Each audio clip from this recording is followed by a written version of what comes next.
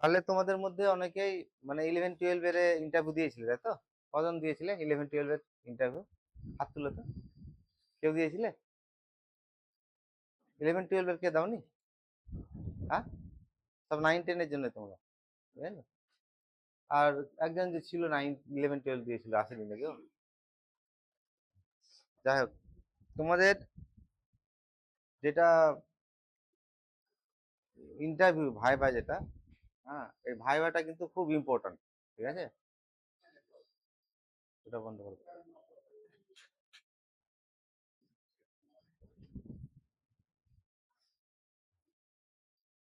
ভাইভার কয়েকটা পার্ট আছে। ভাইভাতে প্রথম যেটা মেন, হ্যাঁ, এটা বারবারই বলি, ভাইভার প্রথম যেটা হচ্ছে সেটা হচ্ছে অ্যাপিয়ারেন্স।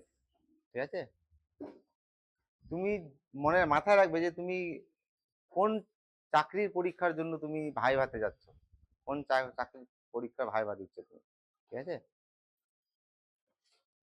আর টিচার, যেহেতু তুমি টিচারের পরীক্ষা মানে চাকরির পরীক্ষার জন্য তুমি ভাইবার দিচ্ছ, তোমাকে তাহলে এমন ভাবে প্রেজেন্ট করতে হবে এক্সপার্টদের সামনে, যাতে প্রথম অ্যাপিয়ারেন্সেই এক্সপার্টরা বুঝে যান যে না, দেখে বোঝা যায় না, ড্রেস দেখে বোঝা যায় না অনেকে যে তোমার কি আছে।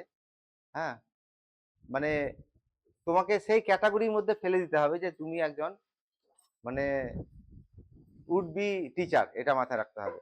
তোমার মধ্যে সেই ধরনের মানে সোভার আচরণ থাকবে, সোভার ড্রেস থাকবে তোমার মধ্যে, ভদ্রভাবে তোমার এন্ট্রি হবে। আর যে ড্রেসটা থাকবে সেই ড্রেসটা একদম ভদ্র ড্রেস হবে, একদম মানে টিচার সুলভ ড্রেস হবে, সোবার ড্রেস হবে, মানে একদম অ্যাট্রাকটিভ ড্রেস। এইখানে তো তোমার যে তোমার বাড়িতে কি ড্রেস আছে, তোমার কত ভালো ড্রেস আছে, এটা তো দেখানোর জায়গা না এটা, তাই না?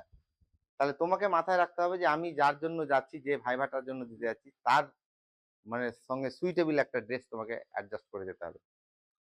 এটা আগেও বলেছিলাম যে ড্রেস, এই ফার্স্ট অ্যাপিয়ারেন্সটা এইটাই কিন্তু তোমার মানে এক্সপার্টদের এমন ভাবে তোমাকে প্রেজেন্ট করতে হবে, অ্যাপিয়ারেন্সটা এমন ভাবে তৈরি করতে হবে যাতে এক্সপার্টরা বুঝে যান যে না, আহ, মানে টিচার সুলুকের মধ্যে ব্যবহার আছে এই জিনিসটাকে। তাহলে প্রথমে দেখে নিজের গেট আপটাকে এরা এমন ভাবে করবে যাতে এই অ্যাপিয়ারেন্সটা একদম ইমপ্রেস করে দেয় এক্সপিরিয়েন্স মানে এক্সপার্টদেরকে।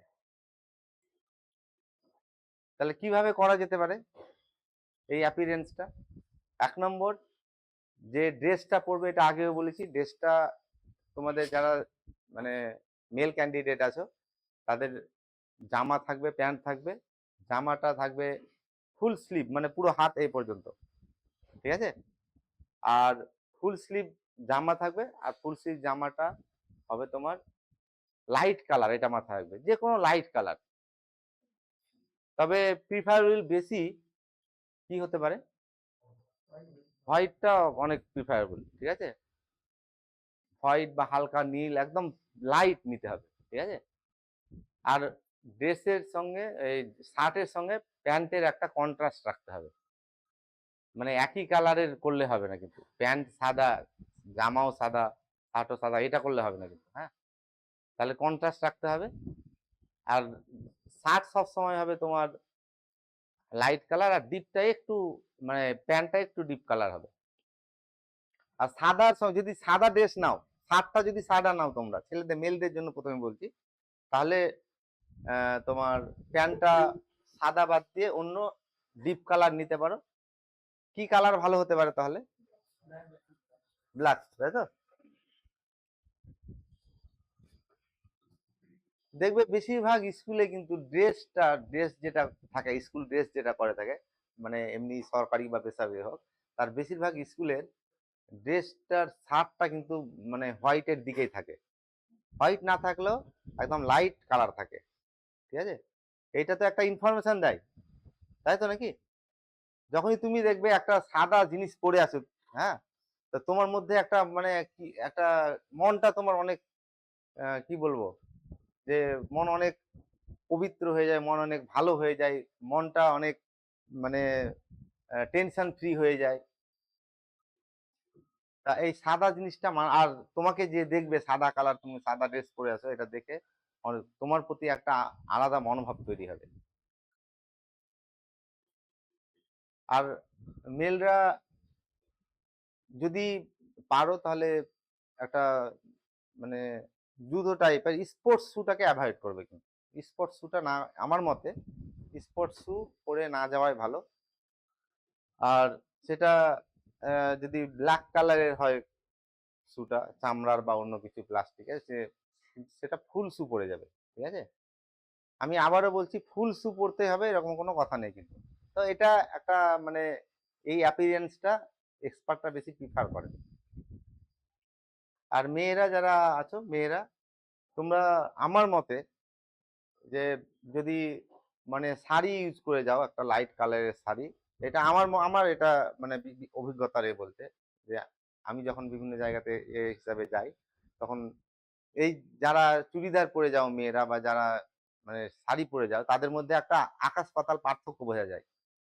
তাদের মধ্যে যে ম্যাচুরিটি আছে শাড়ি পরে যখন যাবে, যে না এর মধ্যে একটা আছে, এর মধ্যে টিচার সুলভ একটা আছে, এবং এর মধ্যে দক্ষতা আছে, কনফিডেন্স আছে, এই জিনিসটা বোঝা যায় এখানে। হ্যাঁ, কিন্তু মানে কোনো পার্টি অ্যাটেন্ড করতে গিয়ে যে শাড়িগুলো পরো, ওইগুলো কিন্তু খবরদার পরে যাবে না, ঠিক আছে।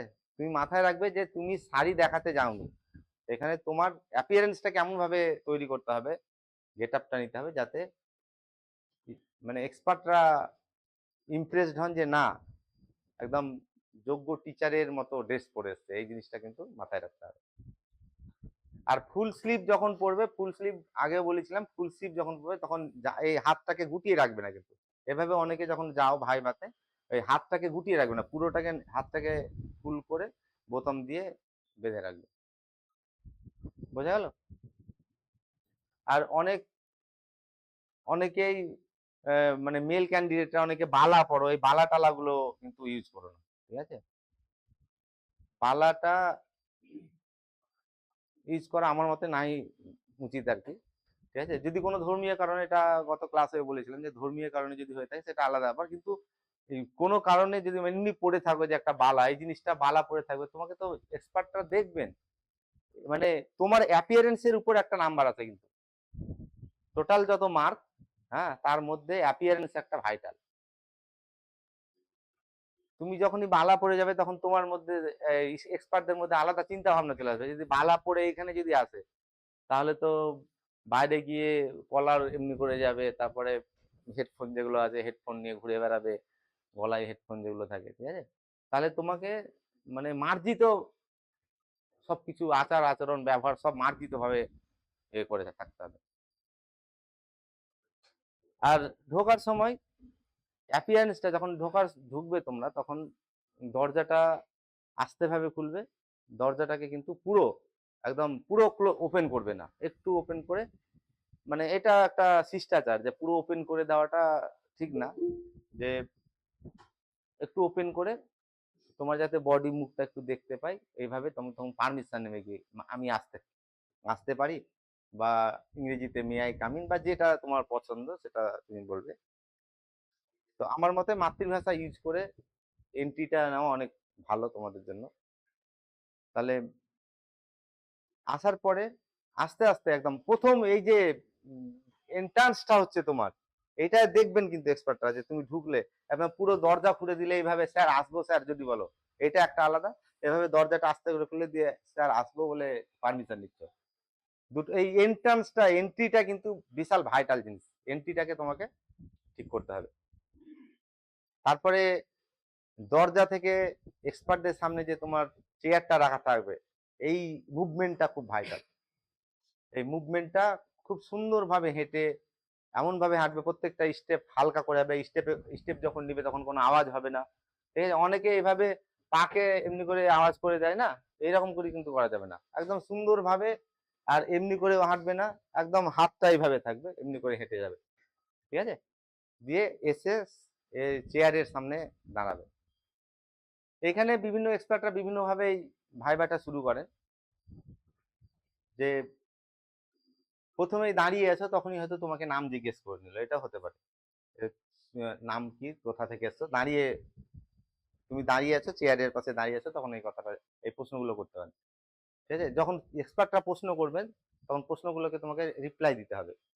হ্যাঁ, তুমি বিভিন্ন জায়গাতে শুনেছো যে না, গিয়ে স্যারের কাছে পারমিশন নিয়ে চেয়ারে বসবো, এটা কিন্তু করবে না। যখন প্রশ্ন করছেন এক্সপার্টরা তখন তোমাকে সেই প্রশ্নের উত্তর দিতে হবে। ওই প্রশ্ন উত্তর দেওয়ার পরে এক্সপার্টরা যদি বসতে বলেন তখন বসবে। আর যদি এক্সপার্টরা কিছুই না বলেন, প্রশ্নও না করেন, আবার বসতেও বলছে না, তখন তুমি একটা রিকোয়েস্ট করতে পারো যে স্যার আমি কি বসতে পারি, সেটা রিকোয়েস্ট করতে পারো। কিন্তু প্রশ্ন করাকালীন যে তোমার নাম কি, প্রশ্ন করলেন দিয়ে তুমি এক্সপার্টকে বলছি স্যার আমি কি বসতে পারি, এটা বলবে না। বিভিন্ন দিক থেকে কিন্তু তোমাকে টেস্ট করবেন, বিভিন্ন ভাবে তোমাকে টেস্ট করবেন, ঠিক আছে? তাহলে এটা হতে পারে যখন বসতে বলবেন তখন বসবে, বসার সময় অবশ্যই ধন্যবাদ জানাবে। আর বসার সময় এটা কিন্তু খুব বারবারই আমি বলি যে বসার সময় চেয়ারে যখন বসবে, চেয়ারটা বসার জন্য নিজের হয়তো চেয়ার থেকে টেবিলে যদি গ্যাপ কম থাকে বা বেশি থাকে, তুমি সেটাকে অ্যাডজাস্ট করে বসবে। কিন্তু চেয়ার সরানোর সময় মাথায় রাখবে যাতে কোনো আওয়াজ না হয়, ঠিক আছে? তুমি ঢুকলে পারমিশন নিয়ে ঢুকার সময় দরজাটাকে, ওটাও আমি বলতে ভুলে গেলাম, দরজাটাকে অবশ্যই বন্ধ করবে, ঠিক আছে? দরজাটা বন্ধ করবে। দরজা যদি অটো ক্লোজ থাকে তা আস্তে করে ছেড়ে দিবে, নিজে নিজে বন্ধ হয়ে যাবে। আর যদি অটো ক্লোজ না থাকে তাহলে আস্তে করে দরজাটাকে ভিজিয়ে বন্ধ করে দিবে, ঠিক আছে? এইগুলো, এই এন্ট্রিটা কিন্তু ভাইটাল, বারবারই বলছি এই জিনিসগুলোকে কিন্তু ফলো করবে যে তুমি। হ্যাঁ, আমি বলে নি যে শেষে প্রশ্ন আমরা তোমাদের নিব। হ্যাঁ, তো এই জিনিসটা কিন্তু মাথায় রাখবে। তারপরে বসলে বসার যে ভঙ্গিটা, বসাটাও দেখবেন এক্সপার্টরা। বসতে কিভাবে হবে, চেয়ারে বসতে হবে একদম সোজা হয়ে, তোমার পিঠটা সোজা হয়ে থাকবে, ঠিক আছে? টেবিলে হাত রাখবে না ভুল করেও। টেবিলে হাত রাখা গেস্টারটা খুব বাজে গেস্টার, ঠিক আছে? যে অবশ্যই যখন কলমে, খাতা কলমে যখন কোনো প্রশ্নের অ্যান্সার দেবে তখন অবশ্যই সেটা হাত তো টেবিলে যাবে, সেটা আলাদা ব্যাপার। কিন্তু এমনি যখন বসে থাকবে তখন কিন্তু টেবিলের উপর হাত রাখবে না।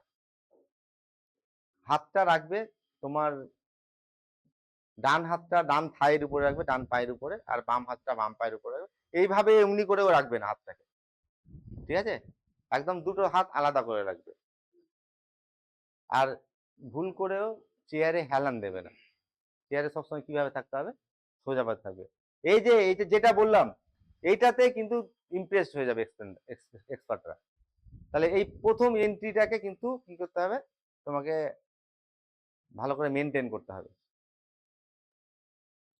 আর বারবার বলার পরেও এই যে শিখাচ্ছি তোমাদেরকে, বলছি এই জিনিসগুলো, এটা কিন্তু যখন ঢুকবে তখন আর পুরোটা 100% তুমি অ্যাপ্লাই করতে পারবে না,